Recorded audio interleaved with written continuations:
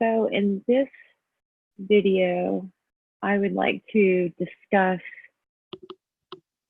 something that commonly comes up, which is wanting to meditate, wanting to have a seated meditation, and not doing it. It seems like there's something preventing us. So sometimes it's superficial. We don't feel like we have the time. It's not quiet enough in our space. I do it anyway all day long. I go into stillness, which is beautiful, and I love it. It's that is ultimately that balance. But if we're at this snapshot in time of our species, most of us need to have a consistent practice where we enter stillness for a period of time, and then we may end up at a job where we have lots of mental activity, and we can always touch back into that still spaciousness, even if we've been in our mind figuring things out and using it over a period of time, still staying very present. So in this video, I'd like us to discuss the obstacles to sitting on the mat. And so here are some of the common things that I hear outside of I don't have the time and it's too noisy where I'm at and it's not really necessary for me, but still my mind drives me crazy. The identification with my mind drives me crazy. So it all circles back around to surrender. So I'm not ready to surrender in some way. So surrender is the bridge between resistance and non-resistance. So what's the step then? Because we want to meet ourselves exactly where we're at. We don't want, we're not going to try and do anything. We're not doing a meditation. We're not trying to stop our thoughts.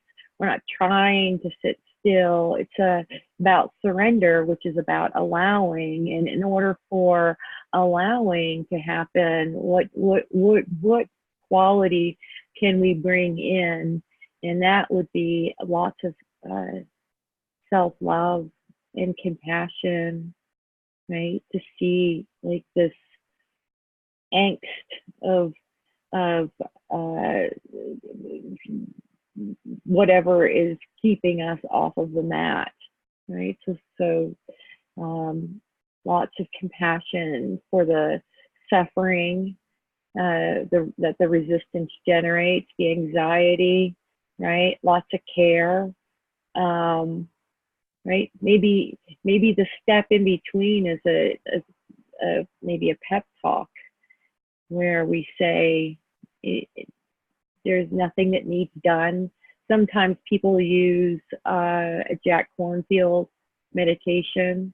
So we may take a step down. That's a very loving thing to offer yourself, to isolate the senses down to one, right? So just listening to a sound, right? It interrupts the flow of a mind pattern, and then we can come back and be less identified when the mind does start thinking thoughts. We could just watch it like a movie is happening. But that first step would be to just be so kind and loving and compassionate with this dream that we're dreaming, and in recognizing that there's nowhere else to be.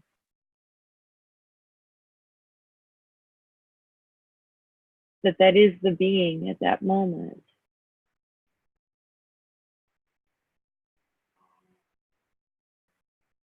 I recognize that we've got, 300 years of the Industrial Revolution where we've amped up using our minds, and how beautiful it is that single human beings across the planet sit themselves down to empty themselves of their thoughts and collect all their energy back into their form again. The benefits are of peacefulness are so many. It would be difficult to name them all in this video to bring them all up, but some of them are, so these thought patterns, they can go away all by themselves. The quality of our thoughts about a situation or it improves or vastly improves. So there's a whole lot less of a complaining mind or no complaining mind. It just doesn't come. So we're not having to watch it and maybe try to catch it before it causes anxiety in our body. If we want that to happen, bring all your energy back into that still spaciousness and be there. So Eckhart says the silence is your threshold to becoming conscious of consciousness. So it will improve our level of consciousness. Not that we're getting somewhere, but the speed in which that happens can be accelerated if we are sitting in our bodies and are able to hear the subtle voice. Do you have any wisdom to share on this topic? I can just say a little bit about my experience itself, Parker, because I work in IT, and before any kind of meditation, my whole day was very the exact unconsciousness that Eckhart talks about, right? That you got out of bed, got in the shower, you even got into your car and are at work, but you didn't realize how all that happened, right? You didn't have any awareness. It was like a robotic motion that you fix things for your child, and you got all of the child and his food and his clothes all in the car packed, and you dropped him off at daycare or with the babysitter, and you don't realize it's 10 o'clock and you don't realize how you got into your chair at work, right? Mm-hmm. So I remember those days. So I had to force myself. I did get that uncomfortable feeling that if I sat in a chair quietly with some kind of meditation sound, that's why, like, if you're in that much of a high energy of mind, and in IT, it's like constant, like you're getting now with instant messaging and text messages, right? If the person doesn't get you on instant message, they'll text message you. They look up your mobile phone number on the contact information database, and then they'll text message you, right? So you're getting a whole bunch of bombardment of information. There is no gap. It's like constant. It's like I remember this old style, huge telephone card-based telephone system that I used to stand in front of, and you could hear the tick, tick, tick, tick, tick, tick as the calls were coming through for the company, right? And this is a Siemens system for the whole company. So as the calls are coming through, you hear the tick, tick, tick, tick, tick, tick, tick, tick, tick, like the lines are switching, right? And that's how our brain is. It's constantly, okay, answer this, do this.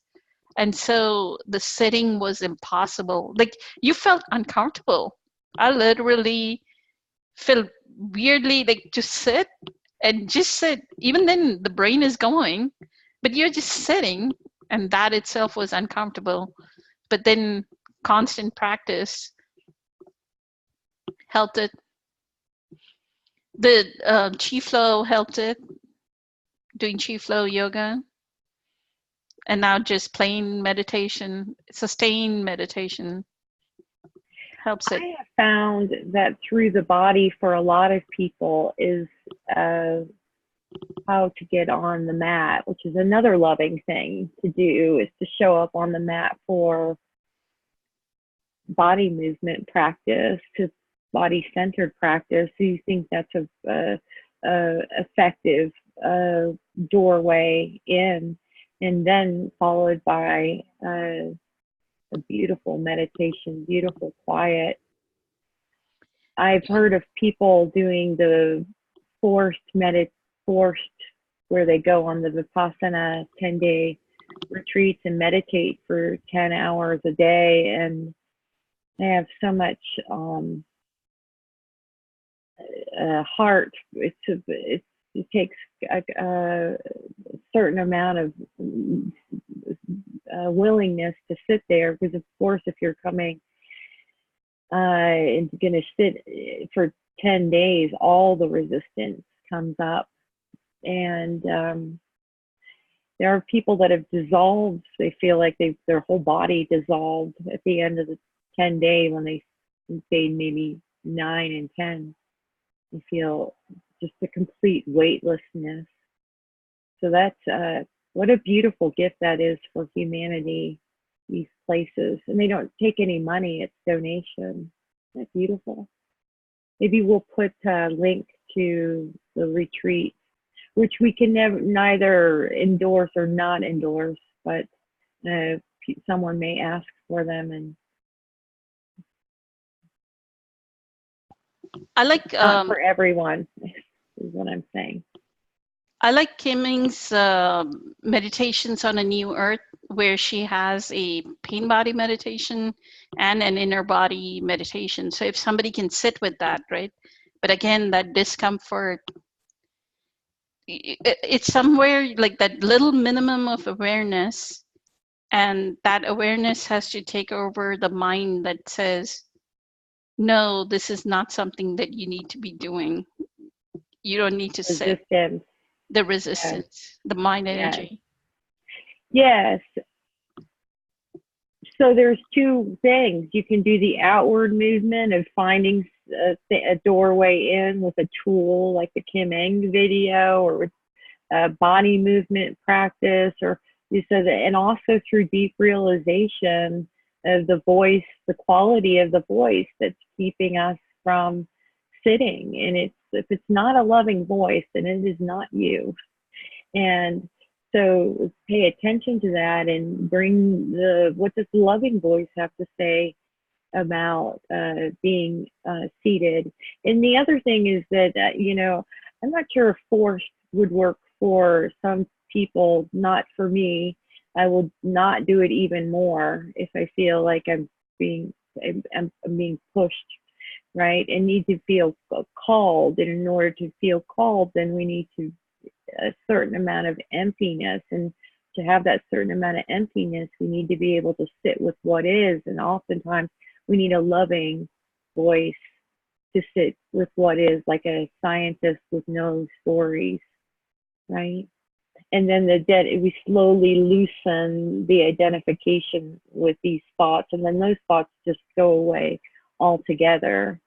So yes, there's a place also for discipline, like all things. The paradox is that everything is yes and no, and there are no hard and fast answers. So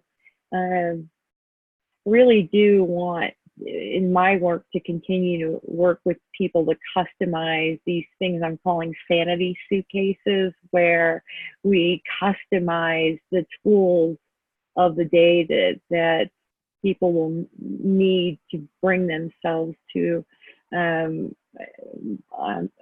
bring more consciousness into their day-to-day. And it's a little bit different for everyone. We have common themes as cultures, as societies, and then there's individual obstacles to awakening. So, for instance, a common theme may be a complaining mind, or a mind that comes from worry, right? Which ultimately will lead to complaining if enough identification is there, right? So there's these common themes of resistance, right? And then under that are complaining, not enoughness, uh, no time, or all these things. So we just want to make sure that we meet somebody and we update our toolbox whenever we need it, and that's our help, the loving manifestation of of us wanting to develop a practice. So meeting ourselves where we're at is absolutely key, instead of expecting us to somehow just go sit down. Is that kind? That's not very kind. Let's be kind. So maybe that hits some of the highlights. I want to finish by reading this part, and then I'd like to hear if there's any more that you'd like to add to the subject. So, and I don't, does it matter who said this in the end? We just said, when the archer shoots for nothing, she has all her skill. I think this might be the Tao Te Ching, one of the translations, not Stephen Mitchell, but when the archer shoots for nothing, she has all her skill. When she shoots for a brass buckle, she is already nervous. When she shoots for a gold trophy, she is divided into two. She now sees two targets. Let me read that again. When she shoots for a gold trophy, she is divided in two. She now sees two targets. The desire to win, to impress, be appreciated, or not be embarrassed drains her of her skill. I added the parenthesis because it's the same. So that's a big tool in meditation, is you're not doing anything. We're not seeking a state. We're not trying to get rid of thoughts. It's just the next thing. Now we sit here. Now we listen to these chants or these beats or the birds outside. Now the birds are quiet and there's a car.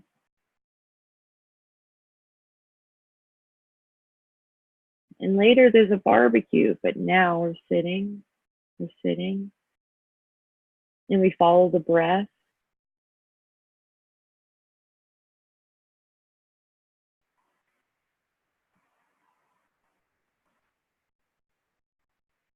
So would you like to conclude with anything, Human? I think what you said was beautifully said. Nothing more to add. Thank you so much for that guidance. Appreciate it. Thank you.